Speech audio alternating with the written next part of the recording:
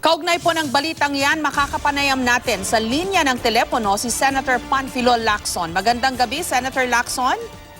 Jessica, magandang gabi sa iyo. At sa mga nanonood, magandang gabi rin. Sigurado ho ba kayong pork barrel yung inyong ipinupuntos na, tama po ba, halos 9 billion po, 8.5 pero sabi nyo may kinuha pang 400 million plus from the disaster fund. So pag tinotal mo, 9 billion lahat po yun. Sigurado nyo ho bang pork barrel yun? Kasi sinasabi ho ng DBM, line insertions daw ho yun. Tsaka pag yung technical definition ho yata yung pinag-usapan, pag na-allocate na ho yata yung pera at tapos may mga proyektong ganyan, hindi na daw ho yun pork barrel. Tama ho ba yung intindi ko, Senator? At saka sigurado nyo ho bang pork barrel yon? Maring sabihin niya, maring tama si Secretary Jokno, pero partly, dahil isang aspeto lang naman yung cost enactment na mga allocation ang pag-uusapan. Meron pang ibang aspeto ng usapin doon sa rulong ng Supreme Court. Halimbawa, yung tinatawag nating yung principle of non-delegation of powers. Kasi kung na-delegate na sa Kongreso ang power of the purse, hindi na pwedeng i-delegate ito sa mga individual member para sila mag-identify ng mga proyekto. At gano'n na nangyari. Ang tanong dito, bakit pinapayagan ng halimbawa ng liderato ng both houses o ng Committee on Appropriations at Senate Committee on Finance na magsumite ng mga individual projects ang mga senador at mga congressmen sa panahon na nagde-deliberate yung budget. At hindi naman ito pinagdebatehan sa floor, bagkus isinumite lang yung listahan. So sino ngayon ang nag-identify ng mga proyekto? Hindi ba yung mga mambabatas? Okay, kasi ang alam ko rin ho, yun po yung spirit of the decision ng Supreme Court, no, na ang medyo objectionable talaga dito sa pork barrel ay yung patronage na tinatawag. Yung pagka yung mga mambabatas na dapat ang ginagawa lang gumawa ng batas, nakialam doon sa pag-identify ng proyekto, identify o implementation ng mga proyekto, pork barrel na yun na matatawag na rin. Wag mo na intindihin yung mga technicalities kasi doon din naman papunta. Tama po ba, Senator? Tama. Naiba lang yung sistema kasi nung araw, nung bago 2013, bago yung Supreme Court ruling, naka-indicate na doon talaga sa budget, sa GAA, yung PDAP. Talagang item yung PDAP in the amount of so much, na ito'y nagkakaintindihan na 200,000 o milyon ang bawat senador at 70 million ang bawat kongresista. Pero sa ngayon, wala na yon, hindi na lalabas yung PDAP, pero ito'y nakakalat na sa iba't ibang ahensya, pero ang nag-identify pa rin mga mambabatas. Ang malaking issue rito, yung 8.317 billion na ipinalis nga na, ako nga nagpaalis doon, pero hindi naman ako nakialam kung saan pwedeng dalhin. At sa aming caucus ng mga senador, nung alam nilang talagang titigasan ko na hindi pwedeng ilagak yon o alisin sa ARM para ilagak sa DPWS, samantalang ang implementasyon ay babalik uli sa ARM, dahil sabi ko, violation ito maliwanag ng Organic Act dahil may autonomy ang ARM, bakit mangimasok ang DPWH ng yung isang national entity para mag-implementa ng proyekto do sa ARM na ito nag-identify ng mga proyekto naman ay yung mga 8 kongresista ng mga taga-ARM. Ang naging usapan namin sa caucus na pagkasundan at unanimous ito ay ilagak na lang yung 8.317 billion sa SUCs para gawing tuition, libreng tuition ng mga mag-aaral sa mga state university. Ang nakapagtaka, nung makita na namin sa DBM website, dapat natanggal na sa DPWS, pero nag-research, lumabas uli yung 8 billion, at ito'y nadagdagan pa. Sa halip na 8.317 billion, ito'y umabot ng 8.557 billion, at meron pang additional na 497 million. So ang kwenta ngayon, mahigit 9 na bilyon ang pumasok pa uli sa DPWH. Ito'y naganap do sa bicameral conference ng both houses. Opo. Yun ang kinukusyon. Nang aming silipin ang mga posibleng pinanggalingan ng mga halaga na yon, nakita namin napakalaki ng natapyas doon sa NDRRM fund. Ito yung tinatawag na calamity fund na mula 37.255 billion natira na lamang 15.755 billion. Ang tanong, alam mo, napakaraming kalamidad ang pumalo sa atin. Yolanda, may Karen, may Lawin, may Nina. at katakot-takot ang devastation. Yung NDRRM fund, ito'y nasa ilalim ng Special Purpose Fund. Ang Special Purpose Fund, ito'y ginagamit pang-augment kapag kinapos ang isang ahensya ng kanilang budget sa parehong item naman. Halimbawa, yung NDRRMC na kailangan ng additional budget, doon tuhugutin sa calamity fund na nasa Special Purpose Fund.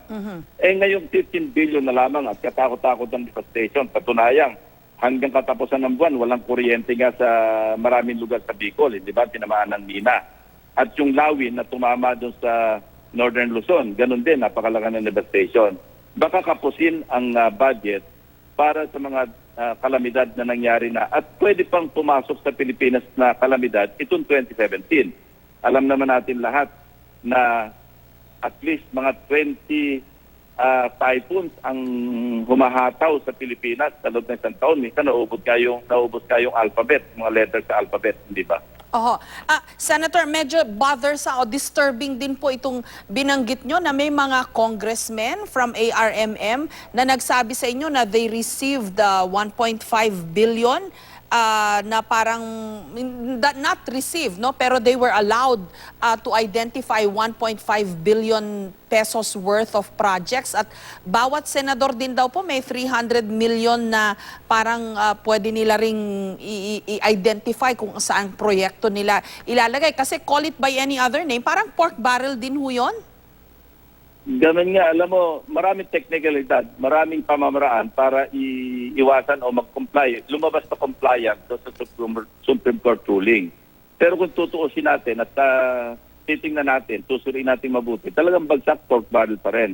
Yung sinasabing tigwa 1.5 billion, kung yung 8.3 billion nasunod at hindi naalis doon sa DPWH, dahil meron na silang antimano na 3.6 billion pesos, na ganoon din, similar din ang nature ng alokasyon, ng appropriation.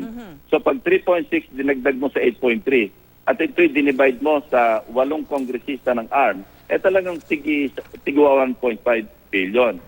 Noong sila'y nakipag-usap sa akin dahil pinadala sila ng liderato ng House para mag-apila, para hindi ko napakialaman yung 8.3 billion, may mga side comments na ito'y kinot ko lang sa kanila. Hindi ako nagsabi na merong ilang kongresista na tigpa 5 billion ang nakuhang alokasyon. Wow. Sa kanila nang galing na kami nga 1.5 billion lamang, yung iba nga dyan, umabot sila ng 5 billion. At at least dalawa sa aking mga kasamahan sa mga during session breaks, yung suspension ng aming session sa lounge. At nalaman nila na ang aking pinaglalaban, maalis yung 8.3 billion dahil aabot na sa tigpo 1.5 billion yung 8 kongresista. May mga nagkomento na grabe naman sila dahil tayo nga mga senador 300 million lamang. Bakit may mga kongresistang aabot ng tigwa 1.5 kung hindi nga natin kakaltasin yung 8.3? Alam mo, pag ganito mga usapan, ano pa ba nga ang magiging conclusion? Dalawang senador nga ang lumapit sa akin on separate occasions, si Senator Tito Soto at saka si Senator Kiko Pangilinan, at nagsabi sila na tigsasabit sila ng 300 million worth of projects. Pero hindi sila nagsumite at minabuti na rin nila na wag nang mag-avail. Dahil nga maliwanag naman yung Supreme Court ruling na wag na makialam yung mga mambabatas sa pag-identify ng proyekto at sa kasi pag nag-identify ka, ang pasunod dyan, di siyempre may hatak-hatak ng kontraktor, hindi ba? Alam mo, Jessica, hindi naman natin pigbibitingan. Alam ko rin naman na hindi lahat ng mambabatas na may mga proyektong in-identify kumakaltas ng komisyon sa kanilang mga proyekto. Pero alam din naman natin na nangyayari talaga na meron din mga mambabatas na kumukuha ng komisyon. Kaya nga hanggang ngayon, yung mga usapin pa o yung PDAF pa noong 2007, 2005, ngayon ay sinasampahan ng demanda ng ombudsman. So nakakasigurado ba yung mga mambabatas ngayong 2016 o 2017 hindi masasampahan ng demanda in 2027 or 10 years from now? Hindi rin sigurado yun. Ang sinasabi natin dito, bakit hindi pa tayo matutunan leksyon? Napakarami ng mambabatas ang nakakasuhan. At yung iba nga, dalawa sa aking kasamahan ay nakakulong pa hanggang ngayon. Bakit hindi pa tayo matutunan ng lessons of the past natigilan na natin yung dating kalakaran na ang mambabatas ay nakikialam sa pag-identify ng mga proyekto. Tama yon, period of amendment, pwede kami mag-amend. Pero hindi ba pagka yung bill na nasa floor na kami nagde-deliberate, nagde-debate at nag-amenda kami, hindi ba dapat ito'y transparent na pinagdedebatehan, i-introduce amendment at ito'y i-justify kung ito'y tatanggapin ng sponsor na chairman ng Finance Committee o hindi, pagdedebatehan ito. Pero nangyayari ngayon, wala naman talaga sa plenaryo na nangyayari except do sa period of interpellation. Opo, Senator, ano pong, yeah. sorry po to butt in, pero ano po ang gagawin nyo kung ganyan po na-insist ng DBM o ng executive branch na at pati na yung mga kasamahan nyo sa Kongreso na siguro nakinabang, ano ho, kung sabihin ho nila, hindi pork barrel yan, ano yan, dadaanin nila kayo sa teknikalidad. Ano pong gagawin nyo, Senator? Well, kapag nakita na, kasi hindi pa naman naka-release yung budget book, ano, yung 3 volumes. Ewan ko kung ilang volume ngayon lalabas. Ang nakita lang namin yung DBM website. Wala pang detalye yung lahat ng mga provision o proyekto ng mga iba't mga ahensya. Kapag nahawakan na namin yung budget book, doon namin talaga makikita maliwanag kung nagkaroon ba ng resurgence na ang pork barrel o medyo nasa borderline. So, we'll take it up from there. Ano? At kung sakaling hindi kayang idulog sa Korte Suprema dahil nga masyadong komplikado, we'll just move on and mag-deliberate uli kami, mag-scrutinize uli kami sa 2018 budget naman. Opo. Ganyan talaga ang buhay. Alam mo, napapagod na rin kami. Yung mga staff ko, medyo dumadaing na rin dahil kulang na sa tulog kapag budget season.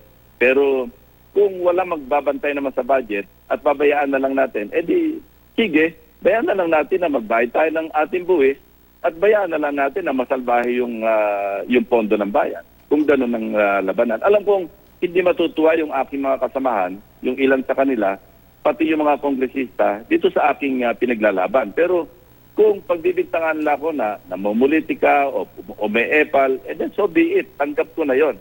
Pero naging advocacy ko na ito, Jessica, at palagi ko naman, consistent naman ako along this line. Maraming salamat po, Senator Lacson, sa inyong panahon. Magandang gabi po sa inyo. Maraming salamat. Magandang gabi.